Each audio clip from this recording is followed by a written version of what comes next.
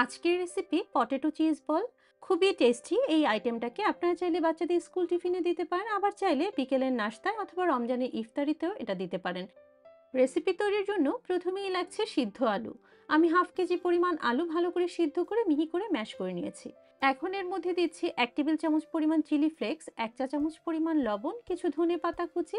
এখন দিচ্ছি 1 চা চামচ লাল মরিচের গুঁড়ো, 1 চা চামচ জিরার গুঁড়ো, 1 চা চামচ চাট মশলা আর 2 টেবিল চামচ পরিমাণ কর্নফ্লাওয়ার। হাফ চা চামচ ব্ল্যাক পেপার পাউডার দিচ্ছি আর 1 চিমটি পরিমাণ মিক্সড হার্বস দিচ্ছি, এটা না থাকলে না দিলেও চলবে। এখন সব কিছুকে ভালো করে মিক্স করে এটাকে একটা সাইডে রেখে দিব। একটু সময় নিয়ে মিক্স করার চেষ্টা করবেন যাতে সব ইনগ্রেডিয়েন্টস আলুর সাথে খুব ভালো করে মিশে যায়। আর এই পটেটো চিজ বলটা কিন্তু চিজের কারণেই খেতে অনেক বেশি টেস্টি হয় বলে আমার কাছে মনে হয়। তাই কিছু মজারেলা চিজ নিয়ে এটাকে ছোট ছোট টুকরো করে কিউব করে কেটে নিচ্ছি।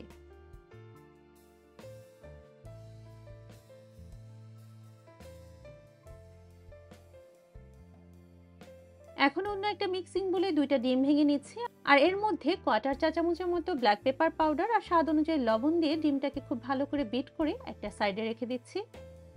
এখন আমি পটেটো চিজ বলগুলোকে তৈরি করে নিব, এর জন্য চলে যাচ্ছি আলুর মিক্সচারের কাছে। এখান থেকে 1 টেবিল চামচের মতো আলুর মিক্সচার নিয়ে এটাকে হাতের তালুর উপরে এভাবে স্প্রেড করে দিতে হবে। তারপর এর ভিতরে কিউব করে রাখা এক টুকরো চিজ দিয়ে তারপরে আলু দিয়ে এভাবে চারদিকটাকে আটকিয়ে দিয়ে হাত দিয়ে ঘুরিয়ে ঘুরিয়ে এরকম একটা গোলাকার শেপ দিতে হবে। আমি আপনাদের বোঝার সুবিধার্থে আরো একটা দেখিয়ে দিচ্ছি। একইভাবে আমি সবগুলো পটেটো চিজ বল তৈরি করে নিব। এখন এখান থেকে একটা পটেটো বল নিয়ে এটাকে ডিমের মিক্সচারের মধ্যে প্রথমেই ডিপ করে নিব। একটু ঘুরিয়ে ঘুরিয়ে চারিদিকে ডিমের মিশ্রণটাকে লাগিয়ে নিতে হবে। তারপর এটাকে ডিমের মিশ্রণ থেকে উঠিয়ে নিয়ে ব্রেড ক্রামসের মধ্যে ভালো করে গড়িয়ে নিতে হবে। আমি আগে থেকেই একটা প্লেটে ব্রেড ক্রামস ছড়িয়ে রেখেছিলাম আর তার ভিতরে এই পটেটো চিজ বলটাকে দিয়ে ভালো করে চেপে চেপে এই ব্রেড ক্রামস দিয়ে পটেটো চিজ বলটাকে কোট করে নিতে হবে। একইভাবে সবগুলো পটেটো চিজ বল আমি তৈরি করে নিয়েছি। এই পর্যায়ে আপনারা চাইলে এই পটেটো চিজ বলগুলোকে কোনো এয়ারটাইট কন্টেইনার অথবা কোনো জিপলক ব্যাগে রেখে ডিপ ফ্রিজে রেখে এটাকে সংরক্ষণ করে নিতে পারেন 2 থেকে 3 মাসের জন্য। এখন আমি আপনাদেরকে কিছুটা পটেটো চিজ বল ভেজে দেখাচ্ছি। আমি আগে থেকেই চুলায় তেল গরম করে রেখেছি। এখন ওই তেলের মধ্যে একে একে বলগুলোকে দিয়ে দিচ্ছি। তারপর এটাকে বারবার নেড়েচেড়ে ভেজে নিব। এটাকে কিন্তু খুব বেশি সময় নিয়ে ভাজতে হবে না, 3 থেকে 4 মিনিটের মধ্যে এটা ফ্রাই করা হয়ে যাবে।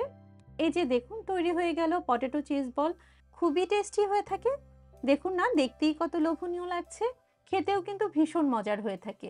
তো ভিউয়ার্স, আশা করছি আমার আজকের রেসিপিটা আপনাদের ভালো লেগেছে। এমন সব সহজ ও মজাদার রেসিপিগুলো আমার পেজ থেকে দেখতে চাইলে পেজটিকে ফলো দিয়ে রাখতে পারেন। আজকে এ পর্যন্তই। আল্লাহ হাফেজ।